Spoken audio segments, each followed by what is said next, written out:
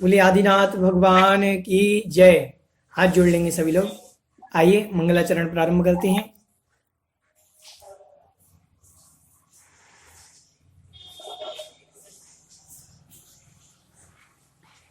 इडमो अरिहंताणं इडमो सिद्धाणं इडमो आयरियाणं इडमो वज्रायाणं इडमो लोहे सव्वसाहुडम् जीवमजीवमदव्वम् जिणवर वसहेण जेणडे दिठम् देविन्द्रविन्दवन्दम् वन्दे तं शवदा शीर्षा। बोलिए आदिम तीर्थंकर श्री आदिनाथ भगवान की जय। जगत कल्याणी द्वादशांग जिनवाणी माता की जय। संत शिरोमणि आचार्य गुरुदेव श्री विद्यासागर जी महामुनिराज की जय। परम पूज्य निर्यापक श्रमण पूज्य मुनि पुंगव श्री सुधा सागर जी महाराज की जय। अढ़ाई दीपक समस्त महामुनिराजों की जय। सभी को जय जिनेन्द्र। चलिए, पिछली गाथा में हमने विषय देखा था उपयोग के बारे में कि उपयोग दो प्रकार के होते हैं, एक दर्शनोपयोग, एक ज्ञानोपयोग। उपयोग कितने प्रकार के? दो प्रकार के, दर्शनोपयोग और ज्ञानोपयोग। दर्शनोपयोग के हमने चार भेद देखे थे, चक्षु दर्शनोपयोग, अचक्षु दर्शनोपयोग, अवधि दर्शनोपयोग और केवल दर्शनोपयोग। इस प्रकार से हमने चार भेद किसके देखे थे? दर्शनोपयोग के। आज हम देखेंगे अचक्षु ज्ञानोपयोग के विषय में कि ज्ञानोपयोग किसे कहते हैं, ज्ञानोपयोग कितने वेद वाला है। जीव के लक्षण की यहां बात चल रही थी, वहां बतलाया था आचार्य महाराज ने कि जीव उपयोग लक्षण वाला है और उस उपयोग के अंदर दर्शनोपयोग लिया। तो दर्शनोपयोग में कल हमने घटाया था कि मति ज्ञान, श्रुत ज्ञान और मनः पर्यय ज्ञान, ये तीन ज्ञान जो हैं ये चक्षु और अचक्षु दर्शनोपयोग के माध्यम से होते हैं। आगे अवधि ज्ञान जो है अवधि दर्शनोपयोग के माध्यम से होता है और केवल ज्ञान जो है केवल दर्शन के साथ होता है, ऐसा हमने कल पढ़ा था। आइए आज हम देखते हैं कि ज्ञानोपयोग क्या है और ज्ञानोपयोग कितने भेद वाला है, तो उनके आज समझते हैं। चलिए अग्रिम गाथा को देखेंगे हम सभी।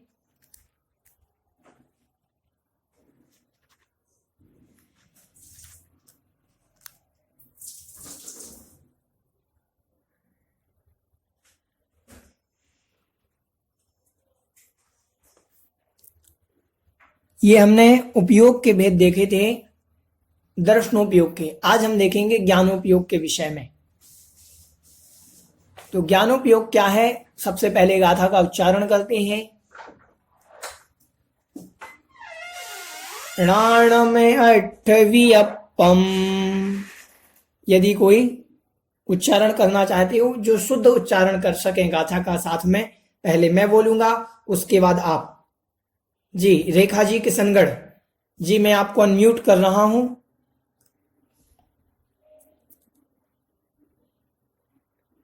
रेखा जी जैन, आपको मैंने अनम्यूट किया है। आप गाथा का जी, आपकी आवाज नहीं आ रही है। रेखा जी आपकी आवाज नहीं आ रही है, आप अनम्यूट करें वहां से पहले अपने माइक को। अब आ रही है? जी जी अब आ रही है? अब जी जी आ रही है आपकी आवाज। चलिए मैं उच्चारण करता हूँ गाथा का, उसके बाद आप उच्चारण करेंगे साथ में। जय जिनेन्द्र। जय जिनेन्द्र। चलिए, णाणम अट्ठवियप्पम, णाणम अट्ठवियप्पम। बोले नाणम अट्टवियप्पम मदिसुद ओहि अणाणाणी।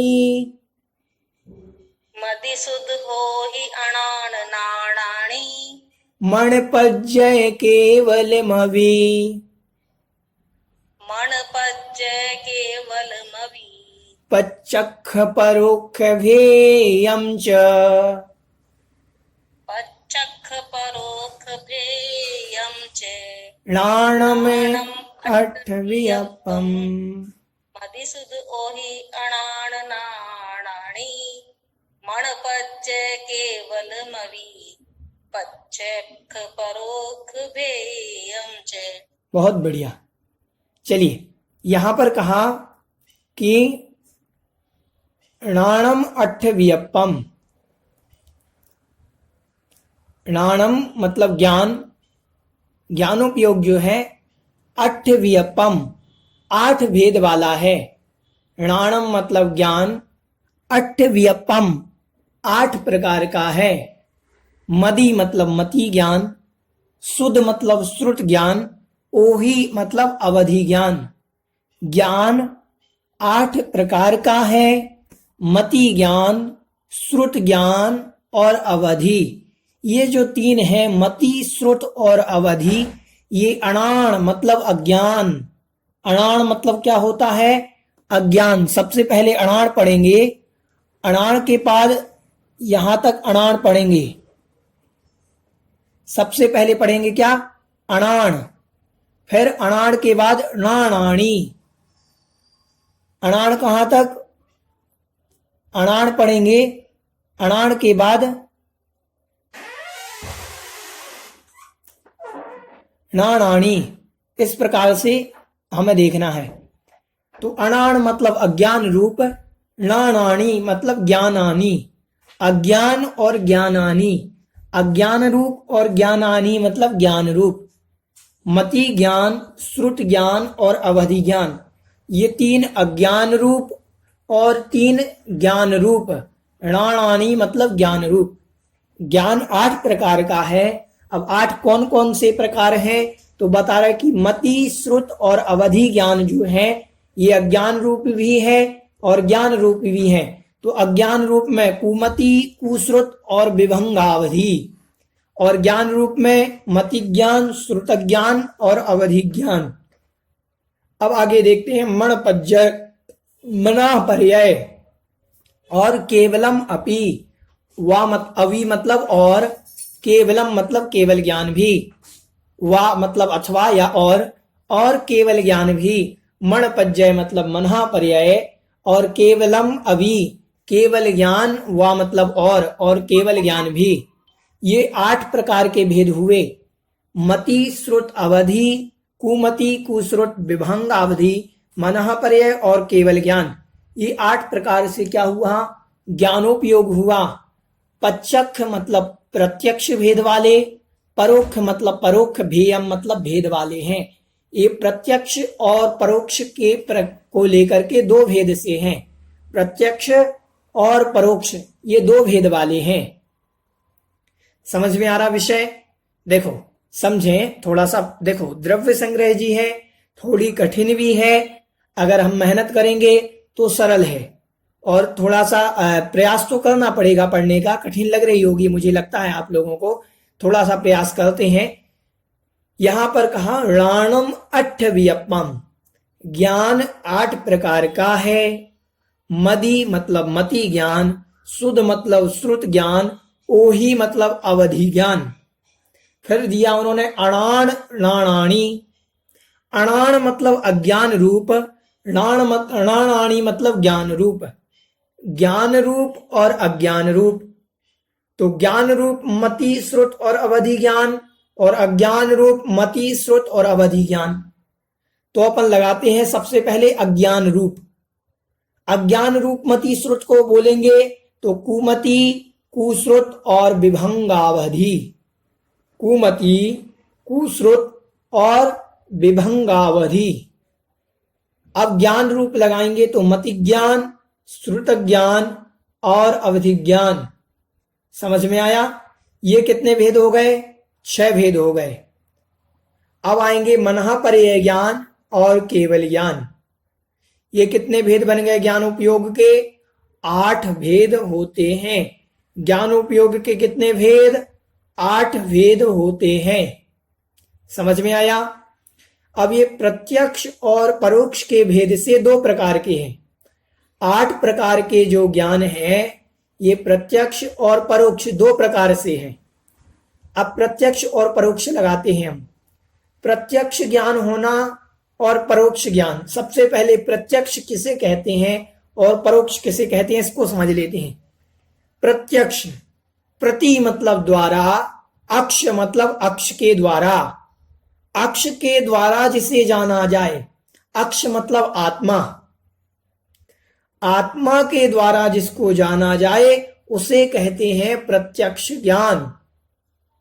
समझ में आ रहा है? जो आत्मा के द्वारा जानती है उसे प्रत्यक्ष ज्ञान कहते हैं। आत्मा के द्वारा जो ज्ञान जानता है उसे प्रत्यक्ष ज्ञान। तो प्रत्यक्ष ज्ञान कौन कौन से हैं तो लगाते हैं। केवल ज्ञान प्रत्यक्ष ज्ञान है, पीछे से लगा रहे। मनःपरय ज्ञान प्रत्यक्ष ज्ञान है। अवधि ज्ञान प्रत्यक्ष ज्ञान है और विभंगावधि ज्ञान प्रत्यक्ष ज्ञान है। समझ में आया? ये कौन से है? ये प्रत्यक्ष ज्ञान है। परोक्ष, पर मतलब अपर, दूसरे, अक्ष मतलब इंद्रियों को, अक्ष मतलब आत्मा को छोड़ करके अन्य किसी के द्वारा जानना, उसे कहते हैं परोक्ष। परोक्ष मतलब कौन कौन से ज्ञान हैं? मति ज्ञान, श्रुत ज्ञान और कुमति ज्ञान और कुश्रुत ज्ञान। 4 ज्ञान प्रत्यक्ष ज्ञान है और 4 ज्ञान परोक्ष ज्ञान है। 5 ज्ञान परोक्ष हैं, 4 ज्ञान परोक्ष हैं, 4 प्रत्यक्ष, 4 परोक्ष। समझ में आ रहे हैं? विषय समझ में आ रहा है? मति ज्ञान, श्रुत ज्ञान, कुमति ज्ञान, कुश्रुत ज्ञान, ये परोक्ष ज्ञान है।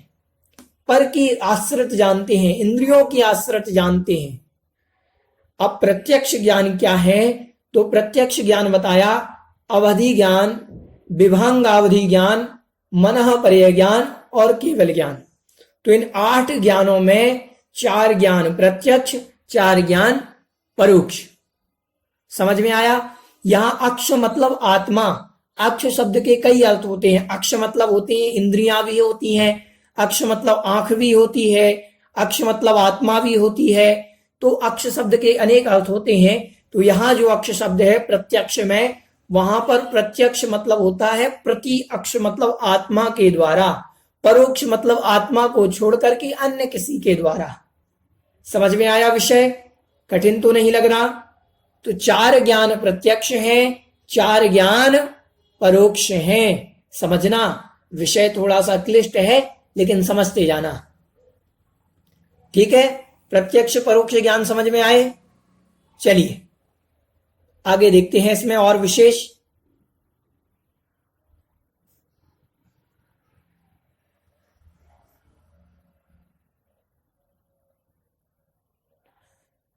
कह रहे हैं ज्ञानोपयोग के 8 भेद होते हैं। इसमें मति, श्रुत, अवधि, ये 3 अज्ञान तो मिथ्या दृष्टि जीवों के मिथ्यात्व कर्म के साहचर्य से प्रवर्तते हैं और कुमति, कुश्रुत और कुअवधि ज्ञान कहे जाते हैं या विभंगावधि जिन्हें कहें। देखें, ज्ञान मूलतः जब आप तत्वाल सूत्र में पढ़ेंगे तो तत्वाल सूत्रकार ने ज्ञान के कितने भेद दिए? 5 भेद। मति, श्रुतावधि, मनःपरय, केवलानाम, ऐसा सूत्र दिया। किन्होंने? तत्वाल सूत्रकार ने। वो कह रहे ज्ञान 5 प्रकार के होते और यहां पर नेमी चंद्र सिद्धांति देव महाराज कह रहे ज्ञान 8 प्रकार के होते। प्रश्न तो बहुत जटिल हो गया। नहीं, जटिल नहीं है, ये बहुत सरल प्रश्न है। कह रहे यदि मति, श्रुत और अवधि ज्ञान 5 ज्ञानों में से मति ज्ञान, श्रुत ज्ञान और अवधि ज्ञान, अगर ये 3 ज्ञान मिथ्या दृष्टि के हैं तो इनके नाम कुमति, कुश्रुत और विभंगावधि या कुअवधि होंगे। समझ में आ रहा है? और यही 3 ज्ञान सम्यक दृष्टि के हैं। यही 3 ज्ञान सम्यक दृष्टि के हैं तो उसके मति ज्ञान, श्रुत ज्ञान और अवधि ज्ञान कहे जाएंगे। समझ में आ रहा है? तो ये तीन ज्ञान जो है, मति, श्रुत, अवधि, ये अज्ञान रूप भी है और ज्ञान रूप भी है। ज्ञान रूप सम्यक दृष्टि के होते हैं और अज्ञान रूप मिथ्या दृष्टि के होते हैं। समझ में आ रहा है विषय? ज्ञान रूप सम्यक दृष्टि के, अज्ञान रूप मिथ्या दृष्टि के।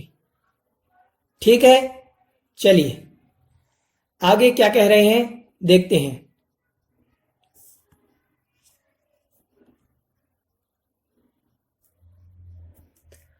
सम्यक दर्शन के कारण ये तीनों ही सम्यक दृष्टि के सम्यक ज्ञान कहे जाते हैं। कौन? मति, श्रुत और अवधि। ये अगर मिथ्या दृष्टि के हैं तो मिथ्या ज्ञान कहे जाएंगे, सम्यक दृष्टि के हैं तो सम्यक ज्ञान कहे जाएंगे। आगे कह रहे हैं इंद्रिय और मन की सहायता से होने वाला ज्ञान मति ज्ञान कहलाता है। मति ज्ञान की परिभाषा बतला रहे हैं कि मति ज्ञान किसे कहते हैं। तो कह रहे जो इंद्रिय और मन की सहायता से होता है उसे मति ज्ञान कहते हैं। तो इंद्रिय और मन की सहायता से जो हो रहा है उसे मति ज्ञान कहते हैं। और मति ज्ञान से होने वाले ज्ञान की विशेषता को जानने वाला ज्ञान श्रुत ज्ञान है। मति ज्ञान से हमने जाना और उस ज्ञान में जो विशेषता आई उसे श्रुत ज्ञान कहते हैं। अब कह रहे हैं इंद्रिय और मन के बिना द्रव्य क्षेत्र काल भाव की सीमा पूर्वक जो रूपी पदार्थों को स्पष्ट जानता है उसे अवधि ज्ञान कहते हैं। द्रव्य क्षेत्र काल भाव की सीमा पूर्वक जो दूसरे एवं अन्य, दूसरे के एवं अपने मन में स्थित रूपी पदार्थों को स्पष्ट जानता है उसे मनः पर्याय ज्ञान कहते हैं। तीनों लोकों के अनंत द्रव्यों की उनकी त्रैकालिक अनंत पर्यायों को एक साथ स्पष्ट जानने वाले ज्ञान को केवल ज्ञान कहते हैं। मति, श्रुत ज्ञान ये दो परोक्ष ज्ञान हैं। अवधि मनः पर्याय और देश प्रत्यक्ष ज्ञान है और केवल ज्ञान सर्वदेश प्रत्यक्ष है। इस प्रकार से इन्होंने बतलाया। आइए हम इनको समझते हैं। देखें इन्होंने मति ज्ञान की परिभाषा क्या बतलाई। इन्होंने कहा जो इंद्रिय और मन के द्वारा होता है उसे हम मति ज्ञान कहते हैं। किसके द्वारा? इंद्रियों के द्वारा और मन के द्वारा। उसे कौन सा ज्ञान कहेंगे? मति ज्ञान। अब इस इंद्रिय और मन के द्वारा जो सामान्य ज्ञान हुआ उसमें जो विशेष जाना उसका नाम श्रुत ज्ञान है। उसका नाम क्या है? श्रुत ज्ञान। ठीक है, ये होते हैं इंद्रिय और मन से। कौन? मति ज्ञान। और मति ज्ञान के मति श्रुतम पूर्वम, श्रुत ज्ञान जो है मति ज्ञान पूर्वक होता है। ठीक है, समझ में आया? ये दोनों का साहचर्य संबंध है। अब कह रहे अभंग, विभंगावधि और अवधि ज्ञान। अवधि ज्ञान किसे कहते हैं? तो बताया कि अवधि ज्ञान जो द्रव्य, क्षेत्र, काल और भाव की इन चार की मर्यादा को लिए हुए जो आत्मा के द्वारा डायरेक्ट जाना जाता है उसे अवधि ज्ञान कहते हैं। मैं इस कमरे में बैठा हूं, इस कमरे से दूसरे कमरे का ज्ञान हमारी इंद्रियां नहीं देख पा रही है। ना स्पर्शन इंद्रिय देख पा रही है, ना दूसरे कमरे में क्या हो रहा है, ना कर्ण इंद्रिय सुन पा रही है, ना मन उसका चिंतन कर पा रहा है। समझना ध्यान से। तो अवधि ज्ञान वहां पर जाएगा और अवधि ज्ञान देख लेगा कि वहां कहां पर क्या वस्तु रखी है। तो क्या हमारी आंख वहां तक गई? नहीं गई। किसने जाना? अवधि ज्ञान ने। तो आंख का क्षयोपम वहां तक का नहीं है, तो आत्मा से जाना। इसीलिए अवधि ज्ञान प्रत्यक्ष ज्ञान है। समझ में आया? अवधि ज्ञान कैसा ज्ञान है? प्रत्यक्ष ज्ञान है। ठीक है। अब मनः पर्याय ज्ञान की परिभाषा बतलाई कि जो द्रव्य, क्षेत्र, काल, भाव इनकी मर्यादा को लिए हुए अपने मन में स्थित और दूसरे के मन में स्थित रूपी पदार्थ को जानता है उसे हम मनः पर्याय ज्ञान कहते हैं। आपके मन में क्या चल रहा है ये मनः पर्याय ज्ञान जान लेगा। हमारे मन में क्या चल रहा है ये मनः पर्याय ज्ञान जान लेगा। समझ में आ रहा है? ये हुआ मनः पर्याय ज्ञान का काम। केवल ज्ञान। केवल ज्ञान जो है यह केवल ज्ञान सर्व द्रव्यों की, समस्त द्रव्यों की त्रैकालिक अनंत पर्यायों को, जितनी भी उनकी पर्याय हैं, अनंत पर्यायों को एक साथ एक समय में जान लेता है। समझ में आ रहा है? कौन? केवल्य ज्ञान। तो यहां पर ज्ञान के 8 भेद बतलाए कि मति ज्ञान, श्रुत ज्ञान और अवधि ज्ञान। अब ये अगर मिथ्या दृष्टि के होते हैं मति, श्रुत, अवधि, तो इन्हीं का नाम कुमति, कुश्रुत और विभंगावधि या कुअवधि ज्ञान हो जाएगा। समझ में आ रहा है विषय? कठिन तो नहीं पड़ रहा है? चलिए, तो इस प्रकार से हुआ। अब इन्होंने कहा कि जो मति ज्ञान, श्रुत ज्ञान, परोक्ष ज्ञान है, और इन्होंने सबसे नीचे लिखा था, जब हमने विशेषार्थ पढ़ा था तब उन्होंने लिखा था कि अवधि ज्ञान और मनः पर्याय ज्ञान एक देश प्रत्यक्ष है। ध्यान से सुनना, प्रत्यक्ष ज्ञान के 2 भेद। पहले उन्होंने ज्ञान के 2 भेद किए थे, एक परोक्ष ज्ञान, एक प्रत्यक्ष ज्ञान। तो परोक्ष ज्ञान के मति, श्रुत 2 भेद निकल गए थे। अब कह रहे जो प्रत्यक्ष ज्ञान है इसके भी 2 भेद हैं। कौन कौन से हैं? तो कहा एक देश प्रत्यक्ष और सर्वदेश प्रत्यक्ष। एक देश प्रत्यक्ष जो एक हिस्से को मात्र जानता है, और सर्वदेश प्रत्यक्ष मतलब सब प्रकार से त्रैकालिक भावों को जानता है। समझ में आ रहा है? एक देश प्रत्यक्ष में आते हैं विभंगावधि ज्ञान, अवधि ज्ञान और मनः पर्याय ज्ञान। ये 3 ज्ञान जो आते हैं एक देश प्रत्यक्ष के अंदर आते हैं, क्योंकि इन तीनों ज्ञानों की कुछ सीमा होती है, वो इससे ज्यादा नहीं जान सकते। समझ में आ रहा है? अब आते हैं सर्वदेश प्रत्यक्ष। देश मतलब होता है स्थान, सारे देश को जो जानता है, संपूर्ण स्थान को, लोक अलोक सबको जानता है, उसे कहते हैं सर्वदेश प्रत्यक्ष, जिसका नाम कैवल्य ज्ञान है। समझ में आया विषय? कि ज्ञान 8 प्रकार के होते हैं। ज्ञानोपयोग, मति ज्ञानोपयोग, श्रुत ज्ञानोपयोग, अवधि ज्ञानोपयोग, ये ज्ञान रूप। अगर यही मिथ्या दृष्टि के हों तो अज्ञान रूप हो जाते हैं कि कुमति ज्ञानोपयोग, कुश्रुत ज्ञानोपयोग, विभंगावधि ज्ञानोपयोग। अब आते हैं मनः पर्याय ज्ञानोपयोग और केवल ज्ञानोपयोग। ठीक है, चलिए, इस विषय संबंधी किन्हीं की कोई जिज्ञासा हो तो आप हैंड रेज करेंगे। रीनू जी पहाड़िया, मैं आपको अनम्यूट कर रहा हूं, आप अपनी जिज्ञासा रखें। जी रीनू जी पहाड़। भैया जी, जय जिनेन्द्र। हाँ भैया जी, पहला मेरा प्रश्न है कि रूपी और अरूपी पदार्थ क्या होते हैं, और दूसरा अवधि और मनः पर्याय ज्ञान में क्या अंतर है? ठीक। पहला प्रश्न आपका जो है कि रूपी और अरूपी पदार्थ किसे कहते हैं? रूपी पदार्थ जिसके अंदर स्पर्श, रस, गंध, वर्ण बनता, जिसके अंदर स्पर्श पाई जाती हो, रस पाया जाता हो, गंध पाया जाता हो, वर्ण पाया जाता हो, उसे कहते हैं रूपी पदार्थ। आगम में 6 द्रव्य कहे गए हैं। तो 6 द्रव्य कौन कौन से हैं? तो कहा जीव, पुद्गल, धर्म, अधर्म, आकाश और काल। इसमें पुद्गल द्रव्य को छोड़ करके सारे द्रव्य अरूपी हैं। एकमात्र द्रव्य जो है वो पुद्गल द्रव्य है, जो रूपी है, रूप वाला है। मतलब अवधि ज्ञान मात्र पुद्गल वस्तुओं को ही जानेगा। अवधि ज्ञान आत्मा को नहीं जान सकता, लेकिन आत्मा में चिपके हुए जो कर्म हैं उन कर्मों को जान सकता है, क्योंकि कर्म पुद्गल हैं। कर्म क्या है? पुद्गल है, और पुद्गल रूप वाला होता है, रूपी होता है। तो जिसके अंदर स्पर्श, रसगंध, वर्ण पाया जाता है उसे रूपी कहते हैं। ये मात्र रूपी का लक्षण पुद्गल का है, अन्य द्रव्यों में ये लक्षण नहीं पाया जाता। समझ में आया? जी। दूसरा प्रश्न आपका क्या था? अवधि और मनः पर्याय ज्ञान में क्या अंतर है? ठीक। अवधि ज्ञान से आचार्य पूज्यपाद आचार्य उमा स्वामी महाराज ने लिखा कि अवधि ज्ञान के अनंतवें भाग को मनः पर्याय ज्ञान जानता है।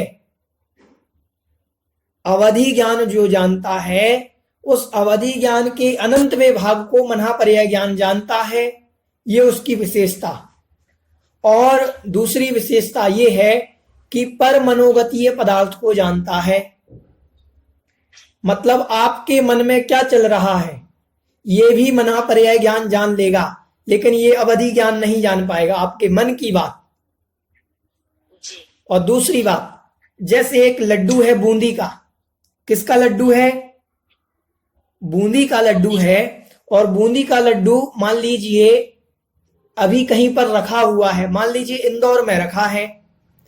इंदौर में रखा हुआ बूंदी का लड्डू अवधि ज्ञानी धारी जो मुनिराज होंगे वो जान लेंगे कि वहां पर बूंदी का लड्डू रखा है। ठीक है, ये अवधि ज्ञान में उनके आ रहा है। लेकिन मनहा पर्याय ज्ञानी उसके अनंत विभाग को जानते हैं। तो मनहा पर्याय ज्ञानी कहेंगे कि बूंदी का लड्डू कितने दानों, कितनी बूंदी से मिलकर के बना है, 100 बूंदी, 50 बूंदी, 10 बूंदी, तो उनका विषय और गहरा हो गया। वो ये भी बता देंगे मनहा पर्याय ज्ञानी कि वो कितनी बूंदी से मिलकर के बना है।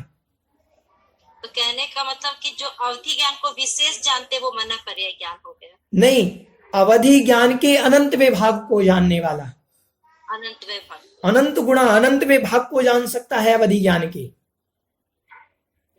और मनहा पर्याय ज्ञान की एक विशेषता और कि वो मन के पदार्थ को जानता है। अवधि ज्ञान दूसरों के मन की बात को नहीं जानता।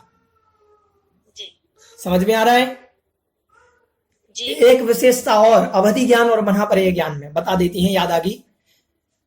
अवधि ज्ञान का विषय बहुत लंबा हो सकता है, लंबाई ज्यादा हो सकती है अवधि ज्ञान की।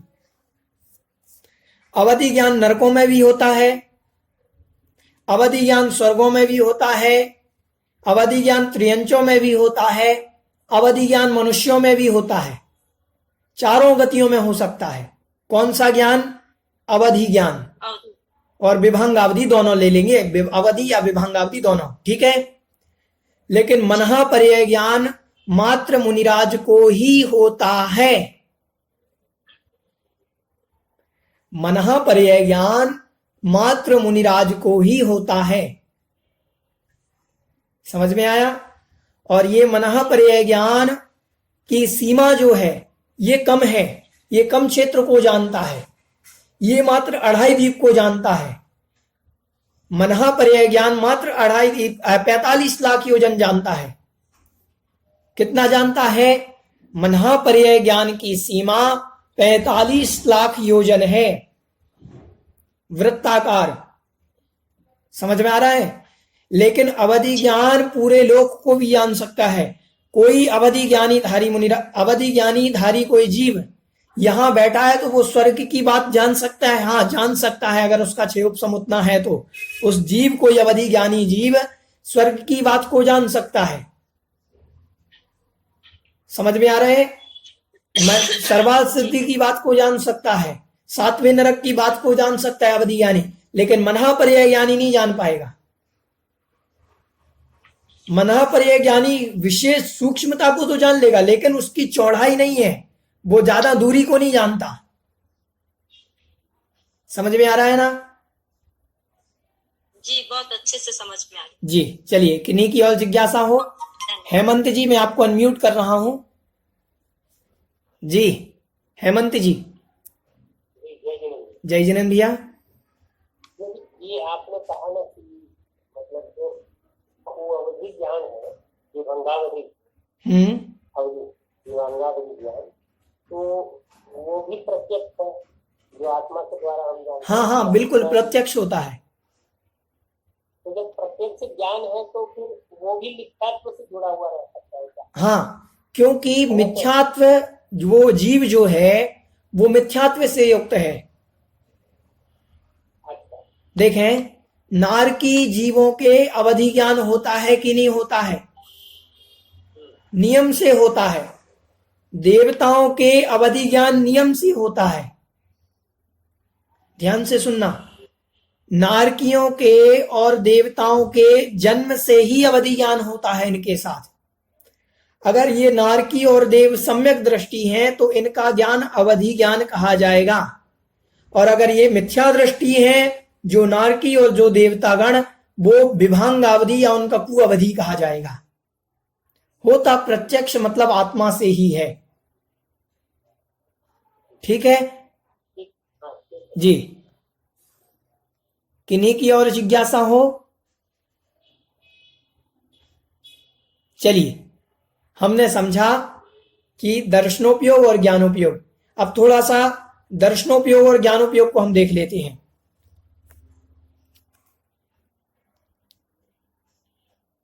सारिका जी जैन का प्रश्न है, कुमति कुश्रुत प्रत्यक्ष ज्ञान है या अप्रत्यक्ष?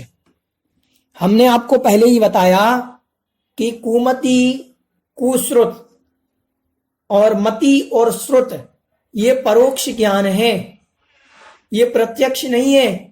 परोक्ष मतलब पर के आश्रय से होते हैं। पर का आश्रय क्या है? तो पर का आश्रय हमने आपको बतलाया कि इंद्रिय और मन। समझ में आया? इंद्रिय और मन जी।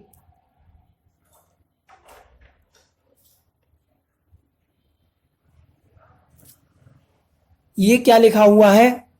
पार्थन जी, मैं आपको अनम्यूट कर रहा हूं जी। हेलो, जय जिनेन्द्र भैया जी। जी जय जिनेन्द्र। भैया जी, केवल ज्ञान पहले होता है या मन पर्याय ज्ञान पहले होता है?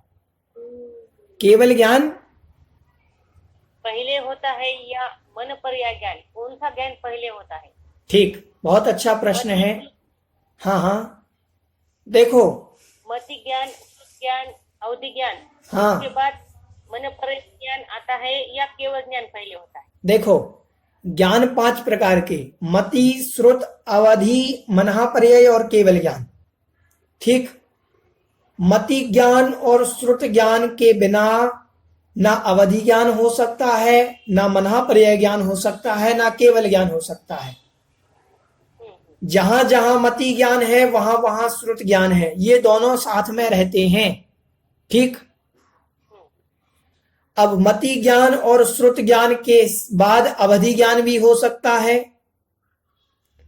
ठीक, मति ज्ञान, श्रुत ज्ञान, अवधि ज्ञान और मनःपर्यय ज्ञान भी हो सकता है। ध्यान से सुनना, मति श्रुत तो है ही, अवधि और मनःपर्यय भी हो सकता है। ऐसा भी हो सकता है कि मति ज्ञान, श्रुत ज्ञान हो, अवधि ज्ञान ना हो, मनःपर्यय ज्ञान हो जाए, ऐसा भी हो सकता है। मति, श्रुत और मनःपर्यय ऐसा भी हो सकता है। अब मति और श्रुत हो, अवधि ज्ञान ना हो, मनःपर्यय ज्ञान ना हो, केवल ज्ञान हो जाए, ऐसा भी हो सकता है। ठीक है, एक साथ एक जीव के कितने ज्ञान हो सकते हैं? 5 हो सकते हैं। 8 ज्ञान बोले भैया जी अभी आप। हाँ, 8 ज्ञान बोले अभी। नहीं, एक साथ एक जीव में कितने ज्ञान हो सकते हैं? 3 ज्ञान हो सकते हैं। 3 ज्ञान, 3 ज्ञान। 3 हो सकते हैं। मति ज्ञान, श्रुत ज्ञान, केवल ज्ञान, नहीं तो मति, श्रुत, मन पर्याय ज्ञान। नहीं, 4 ज्ञान भी हो सकते हैं, मति, श्रुत, अवधि और मनःपर्यय। अवधि ज्ञान और मनःपर्यय ज्ञान हो सकते हैं साथ में। समझ में आ रहा है? और केवल ज्ञान कब होता है? केवल ज्ञान मात्र अकेला ज्ञान होता है। केवल ज्ञान के लिए ना मति ज्ञान की जरूरत होती है, ना श्रुत ज्ञान की जरूरत, ना अवधि ज्ञान की, ना मनःपर्यय ज्ञान की। इसलिए प्रत्यक्ष ज्ञान है। ये सर्व प्रत्यक्ष है। इसके लिए किसी ज्ञान की आवश्यकता नहीं पड़ती, लेकिन मति श्रुत पूर्वक ही होगा केवल ज्ञान। ठीक है? हाँ ठीक है भैया। चलिए, किन्हीं की और जिज्ञासा हो?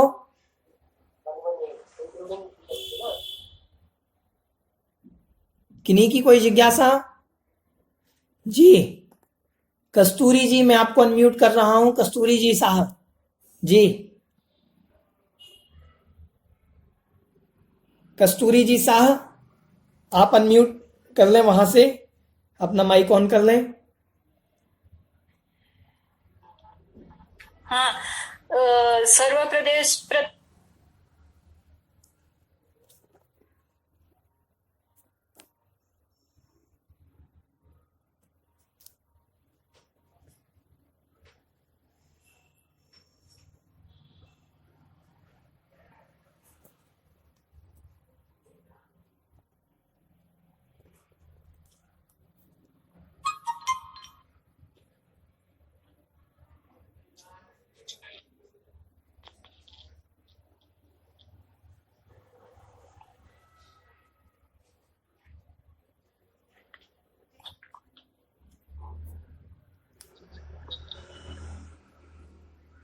जी।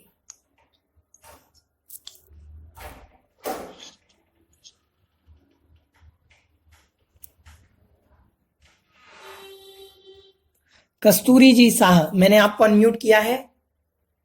हाँ, सर्वदेश प्रत्यक्ष में केवल ज्ञान आता है जी। तो एक देश प्रत्यक्ष में कौन से ज्ञान है? एक देश प्रत्यक्ष में आते हैं विभांगावधि ज्ञान, अवधि ज्ञान और मनःपर्यय ज्ञान।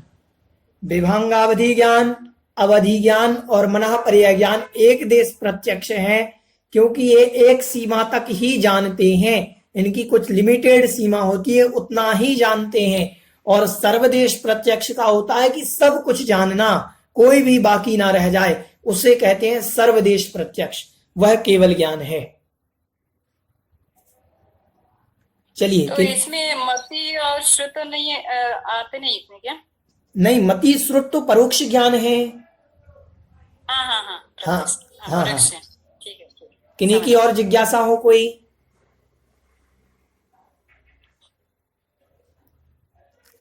निधि जी, मैं आपको अनम्यूट कर रहा हूं, आपकी कोई जिज्ञासा थी? जय जिनेंद्र भैया जी। जी, जय जिनेंद्र भैया जी, प्रत्यक्ष ज्ञान में केवल ज्ञान, मनःपर्यय और अवधि ज्ञान आएगा? कैसा? प्रत्यक्ष अपरोक्ष है ना, प्रत्यक्ष अपरोक्ष भेद। परोक्ष भेद तो मति ज्ञान, शुद्ध ज्ञान। हाँ, मति को शुद्ध ज्ञान है। हाँ। और प्रत्यक्ष में कौन कौन से आएंगे? प्रत्यक्ष में विभांगावधि, अवधि ज्ञान, मनःपर्यय ज्ञान और केवल ज्ञान। जी जी। अर्चना जी, मैं आपको अनम्यूट कर रहा हूं। जी। जय जिनेंद्र भैया जी। जय जिनेंद्र। ये विभंगावली ज्ञान समझ में नहीं आया भैया जी।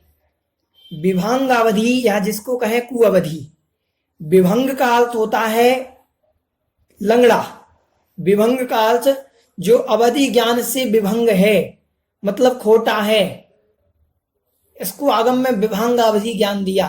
कुअवधि शब्द है नहीं वास्तविकता में आगम में, इसका नाम अवधि। जैसे ध्यान से सुने, मति का कुमति बना, मति ज्ञान का कुमति ज्ञान बना, ऐसे अवधि ज्ञान का विपरीत ज्ञान विभंगावधि ज्ञान बना। जो अवधि ज्ञान से विभंग मतलब अलग है। समझ में आया? हाँ भैया जी।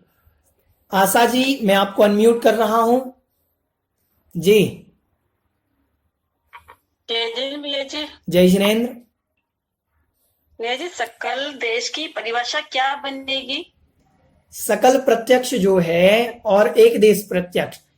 एक देश प्रत्यक्ष का अर्थ होता है जो द्रव्य, क्षेत्र, काल, भाव की सीमा को लेकर के चलता है कि इसका क्षेत्र इतना है, ये इतने ही रूपी द्रव्य को ही जानता है, अरूपी को नहीं जानता।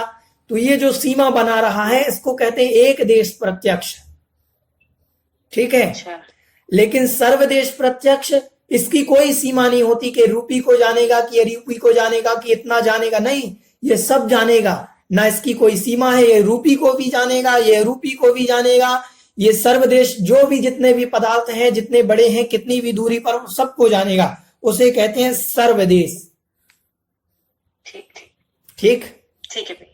चलिए, और किसी की कोई जिज्ञासा? चलिए, आज बस इतना ही। बोलिए जगत कल्याणी द्वादशांग जिनवाणी माता की जय। आप लोग इन विषय को पढ़ते रहिएगा ताकि आपको याद रहे। ये थोड़ा सा कठिन है, ऐसा नहीं कि क्लास में पढ़ लिया इसके बाद आप रिवीजन करें और कल कुछ प्रश्न लेकर के आए दूसरे दिन कि कल मैंने ये पढ़ा था, हमें ये समझ में नहीं आया। तो आप ऐसा भी कर सकते हैं। चलिए, जिनवाणी स्तुति करेंगे। बोधि ही समाधि ही परिणाम शुद्धि ही स्वात्मोपलब्धि ही शिव सौख्य सिद्धि चिंतामणिं चिंतित वस्तुदाने त्वां वन्द्यमानस्य ममस्तु देवी। 9 बार।